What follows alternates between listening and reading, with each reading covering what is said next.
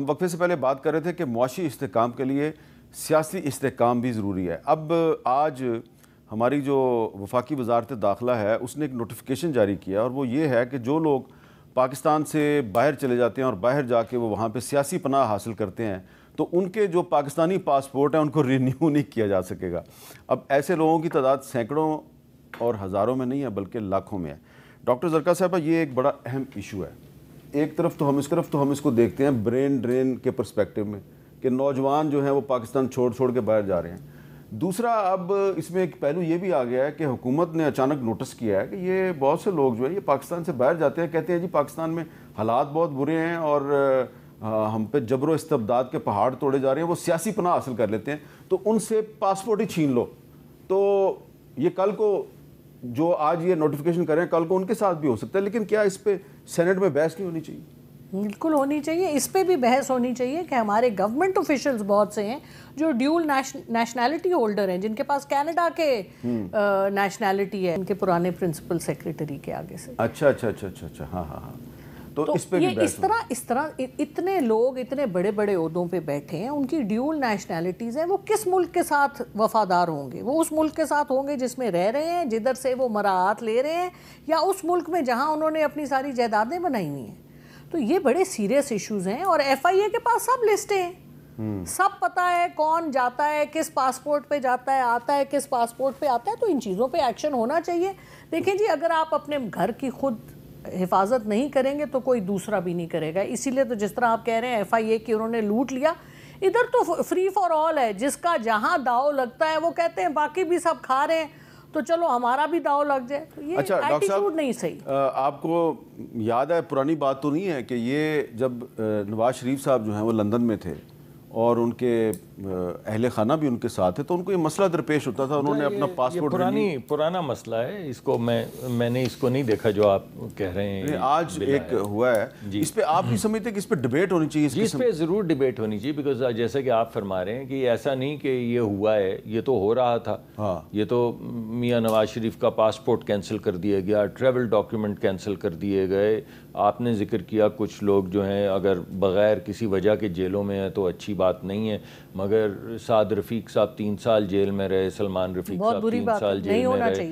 تو یہ تمام چیزیں جو ہیں یہ کبھی تھم جانی چاہیے نا۔ یہ ہر ایگزامپل کے ساتھ ایک ایگزامپل جڑی ہوئی ہے، مگر اس کا مطلب یہ ہے کہ وہ جس کو میں تناؤ یا وہ تو یہ کہہ رہا ہوں وہ چل رہی ہے تو اسے رک جانا چاہیے۔ تو وہ رکے گا کیسے؟ بیٹھ کے بات کرنے سے، چاہے وہ ڈیول نیشنلٹی کی بات ہو۔ اگر آپ واقعی سمجھتے ہیں کہ پاکستان سے باہر گئے لوگ جو ہیں جن کے پاس ڈیول نیشنل ہیں، جو پاکستانی پاسپورٹ بھی رکھتے ہیں اور ہمیں ریمیٹنسز بھی بھیجتے ہیں، اگر آپ چاہتے ہیں کہ ان کو بالکل پاکستان سے طاق کر دیا جائے یا ان کو کم از کم سول سروس میں نہ آنے دیا جائے یا ان کو پالیٹکس میں نہ آنا دیا جائے، تو اس پہ آپ کو بیٹھ کے بات کرنی ہوگی، اس کے پروز اینڈ کونس کو ڈسکس کرنا ہوگا۔ آپ کو دیکھنا ہوگا کہ جو پاکستان سے باہر لوگ رہتے ہیں، جن کے دل پاکستان کے لیے دھڑکتے ہیں، ان کو کتنا حق ہے پاکستان پہ، ان کو پاکستان میں کیا کیا رائٹس ملنے چاہیے۔ مگر یہ تو آپ اور میں بیٹھ کر بات کریں گے تو پھر بات کھلے گی نا۔ بالکل ٹھیک ہے۔ تو مگر جو اصل بات وہ یہی ہے کہ بیٹھ جائیں، بات کریں، ان تمام چیزوں پہ کریں،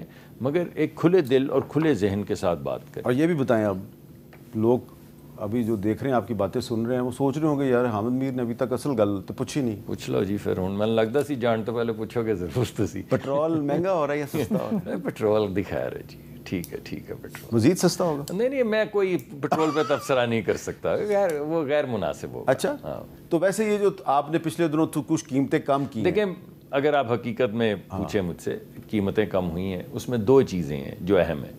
ایک یہ ہے کہ بین الاقوامی منڈی میں خام تیل کی قیمت کیا ہوتی ہے، یہ بہت اہم پہلو ہے۔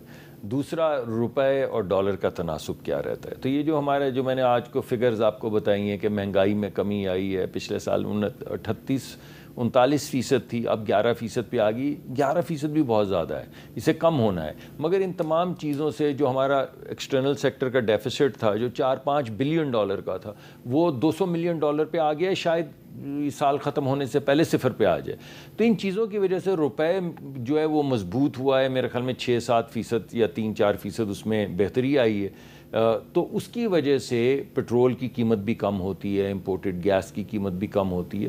تو اس میں زیادہ عمل دخل جو ہے وہ ہماری میکرو اکنامک سچویشن کا ہے, جس میں بہتری لانی بہت ضروری ہے. بہت بہت شکریہ ڈاکٹر مصدق ملک صاحب, ڈاکٹر زرکا صاحب, آپ کا بھی بہت بہت شکریہ. اور ہم امید کرتے ہیں کہ بجا تو اچانک بجٹ کے پیش ہونے کے بعد پاکستان کی جو معیشت ہے وہ مکمل طور پر تو ٹھیک نہیں ہوگی, لیکن ایسے آثار ضرور نظر آنے چاہیے کہ ہم بہتری کے راستے پہ چل رہے ہیں. اور یہ الٹیمیٹلی جو بہتری ہے یہ اسی وقت آپ کو نظر آئے گی جب پاکستان میں سیاسی استحکام آئے گا. پولیٹیکل سٹیبلٹی کے بغیر اکنامک سٹیبلٹی نہیں آ سکتی.